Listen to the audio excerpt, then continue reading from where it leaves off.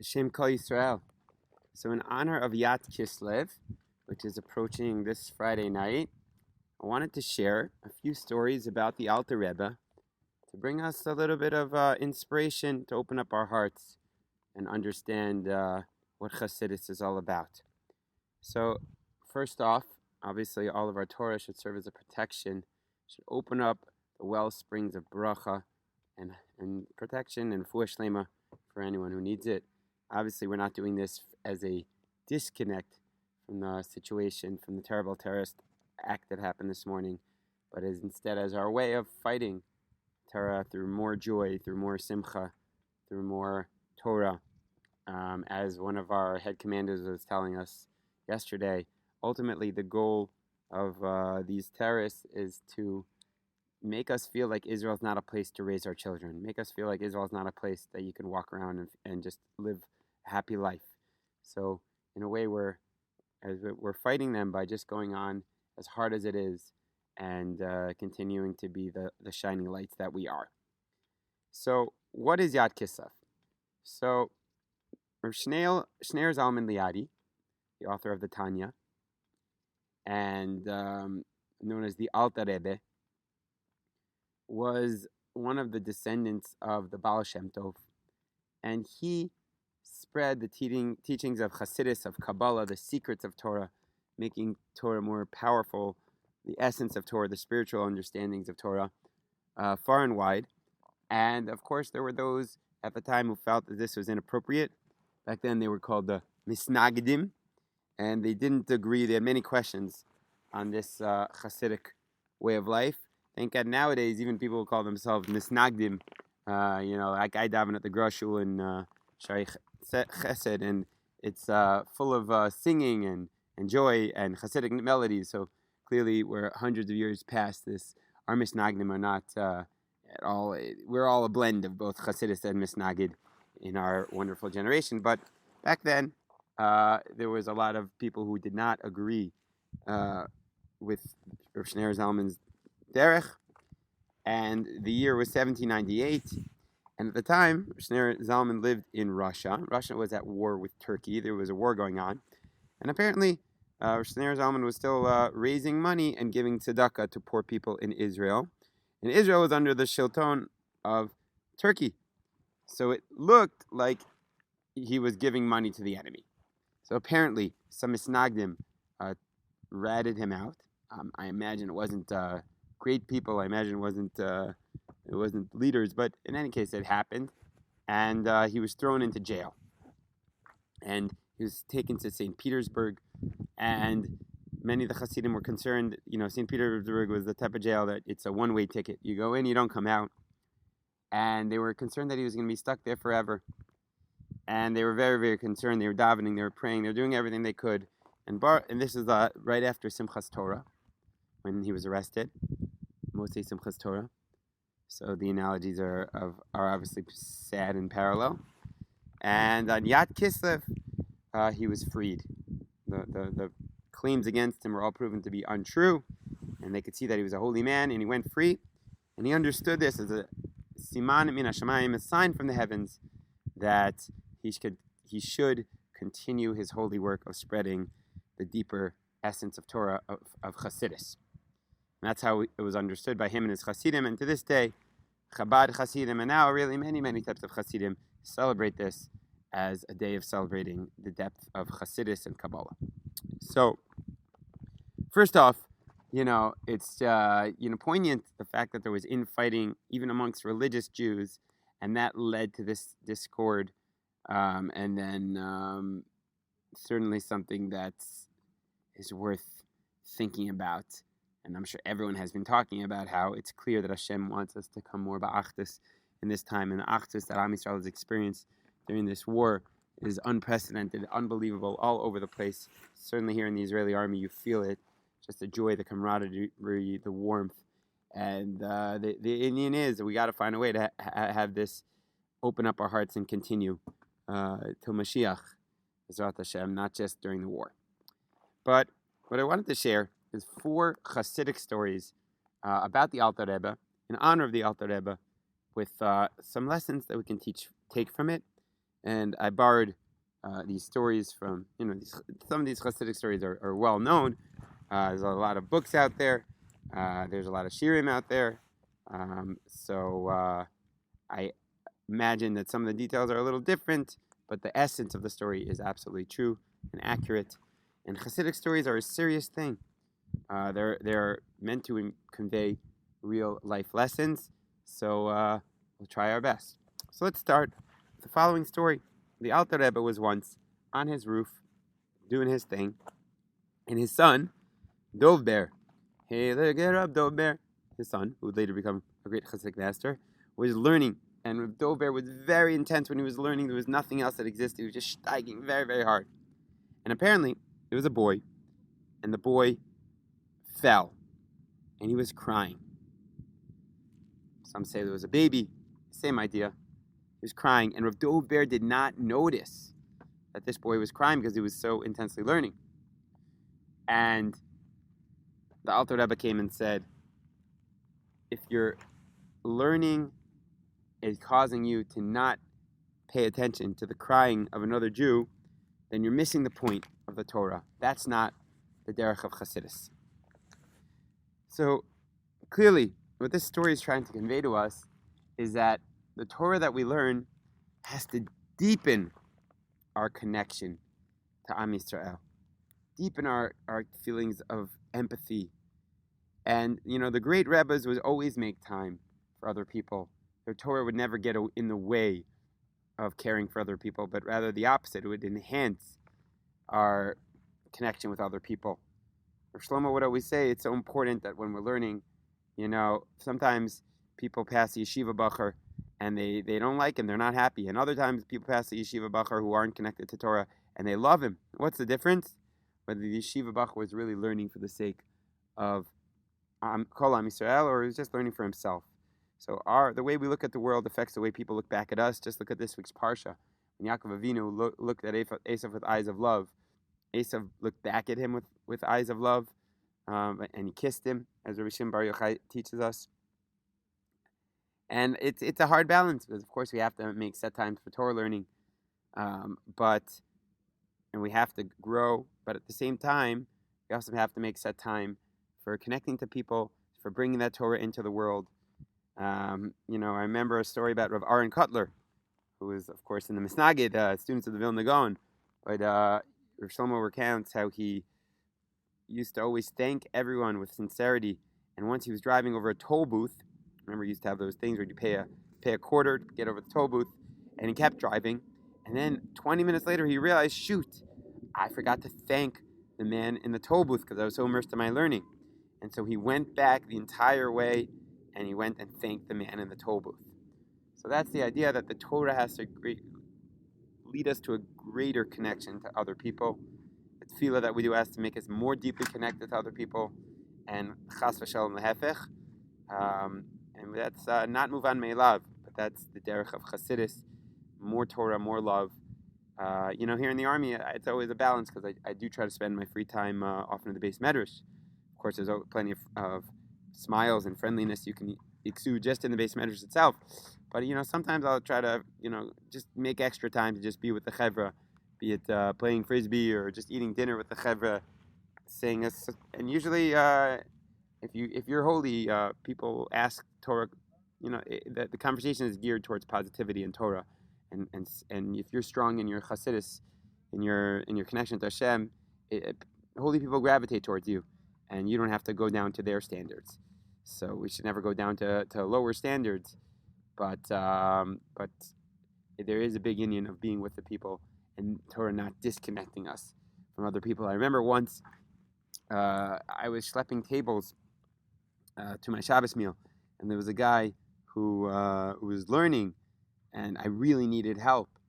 And I asked him for help because Shabbos is coming. And he was like, if you have no one else. At that point, I'm like, you know what, I don't really want your help so much. If that's your attitude, if you don't really want to help me, but you'll do it if I guilt you into it, then forget it. It's no fun. We have to find a way of bringing that Torah and the chesed and the love together. I think that's the message of the first story. And Hashem should bless us to find that balance. Story number 2. Heard this from, and a few of the stories from a drasha in Machon Meir. I forgot the name of the rabbi, but a great job he did. So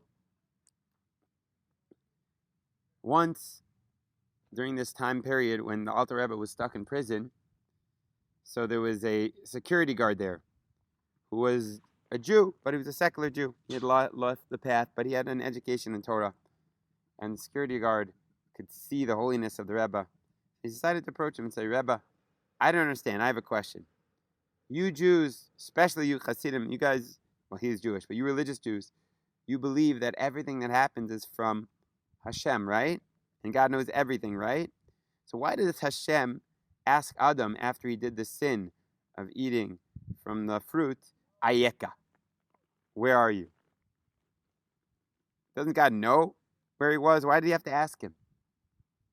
The Rebbe looks at him with his piercing eyes and he says, when it says Ayeka, he's not asking, where are you physically?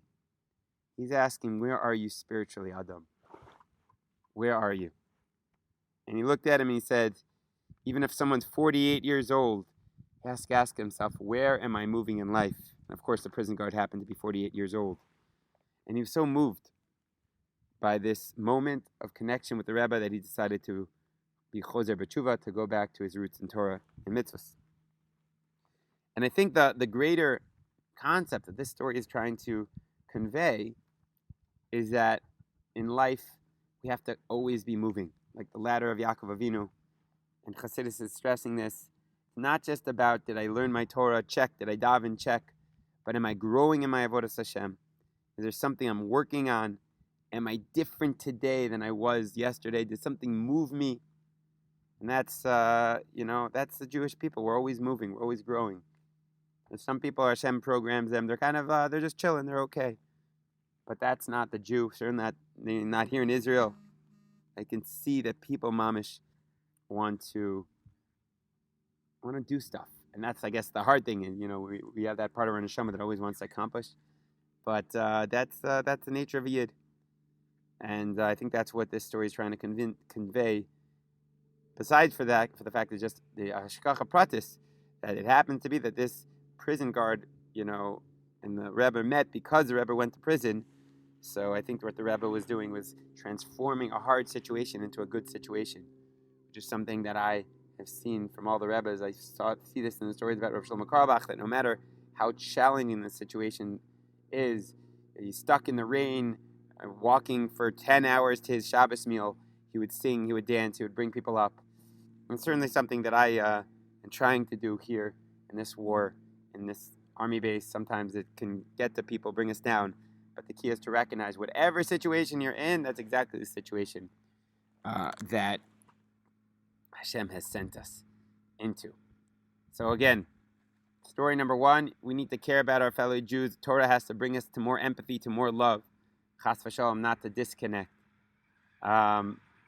Story number 2 is about the power of always moving in our avodas Hashem. There's many, many Hasidic stories related to these Alter Rebbe stories. And I hope to share them at some point, Bezrat Hashem. But we're sticking just with it. I'm trying to make it short and sweet, so we're sticking with Alter Rebbe stories today. All right, story number 3. Once, the Alter Rebbe, for some reason, was stuck in Minsk. Now, in Minsk, it was a Vilna Gaon town. It was a Misnagid town.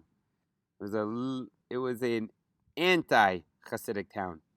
And Misnagdim decided to corner the Rebbe. And when he went to shul, they decided they wanted to ask him questions. And they prepared very, very well all of their questions on Chassidus.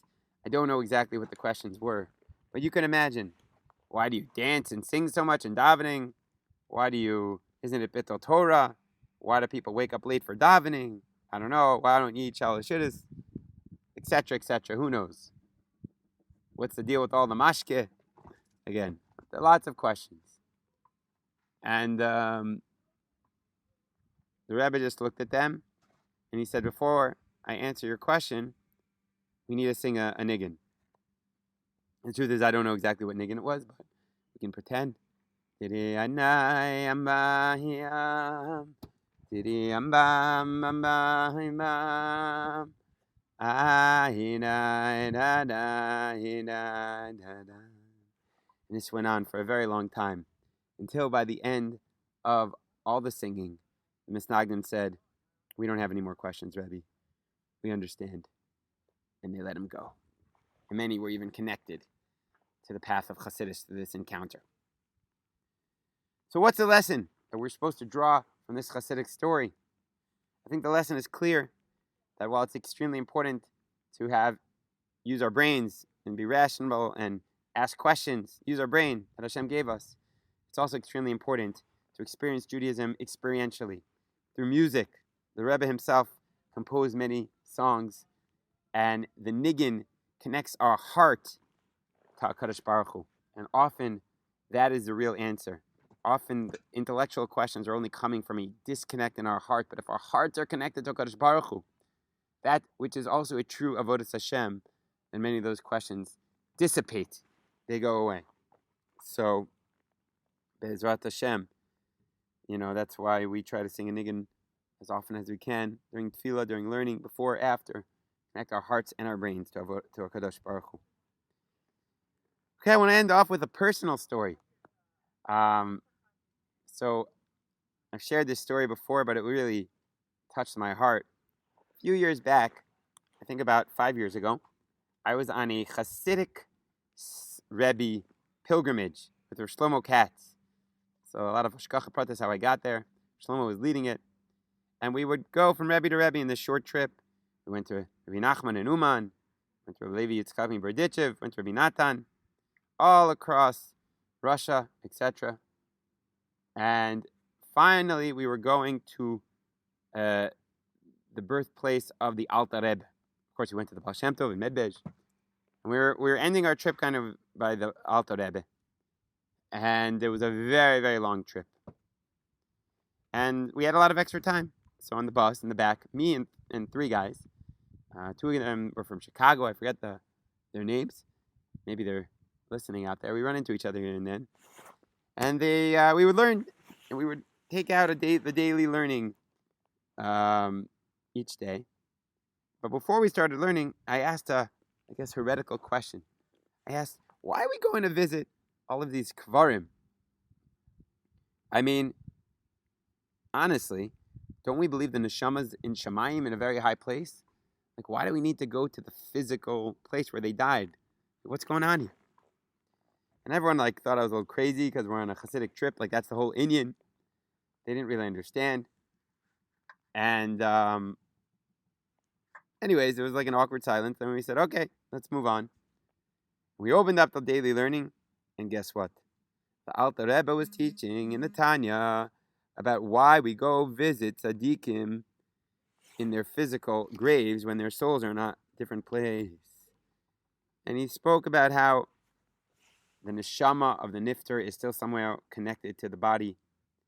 Since the soul and the body were like teammates in this world, they're always connected. And this is a place to connect to the tzaddik and to hopefully have our tefillas be miskabel with an extra schus, etc., etc. But to me, the hashkacha pratis was unbelievable. It's like Hashem was directly speaking to me through the Alter Rebbe. And I guess the lesson I took out of that is when you're sincere. My question was sincere. I wasn't asking to make problems. I genuinely wanted to know the answer. When you're sincere to your questions, through the Torah, the hidden light is revealed, and Hashem will speak to us through our tzaddikim, through the holy souls, which get involved, I guess, in the heavenly realms that help us to get answers to our questions. So Hashem should bless everyone with a beautiful Yat Kislev on Friday night. Get yourself into the mood. Learn this now. And I'll be in my booth in the army having my Shabbos meal in Yat Kislev and singing Bezrat Hashem. And Bezrat Hashem, Hashem should end all the gezeros that are on all of Am Yisrael. We should see Nisim, Gluyim, and the wellsprings of Torah and Simcha should go out to the whole Jewish people. Bezrat Hashem, the schus of the Alter Rebbe and all the tzaddikim. Keliata ve'oidecha Eloikai aromemecha